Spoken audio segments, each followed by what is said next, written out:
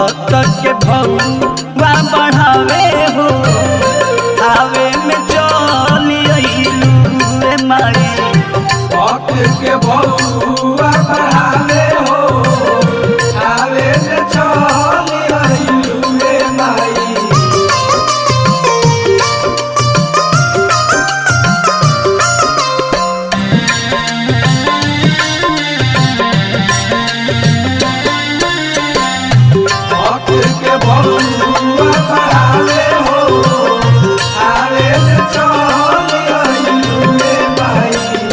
थावे के राजा मनन सिंह अभिमानी जिला गोपालगंज में रहे राजधानी।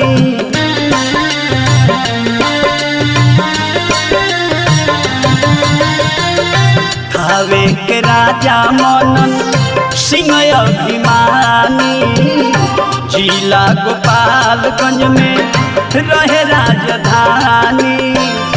उनकर तुमान मरदान कइलू मैया उनकर तुमान मरदान कइलू भक्त के भौवा बढ़ावे हो थावे में चली अइलू मैया भक्त के भौवा बढ़ावे हो थावे में चली अइलू।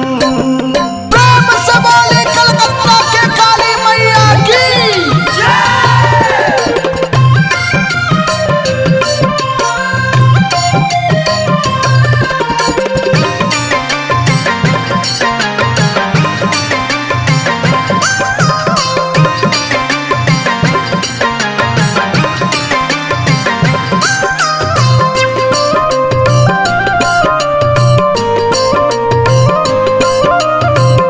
रहले रहसु जाति के दलित हो आओ भूसा भाखा से बहुते फलित हो।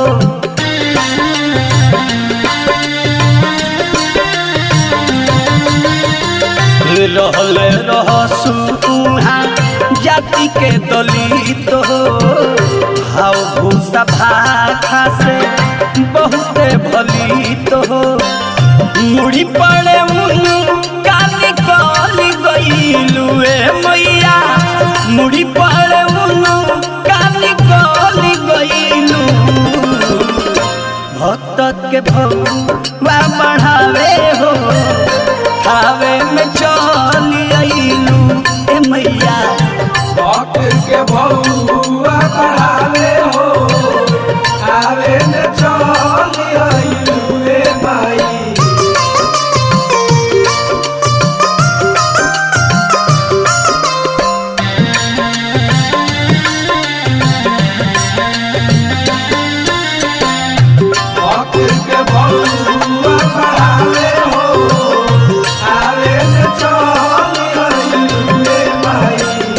घन घोर वन बन गइलू पवन हो खिली जाला जेंगा मन में सुमन हो।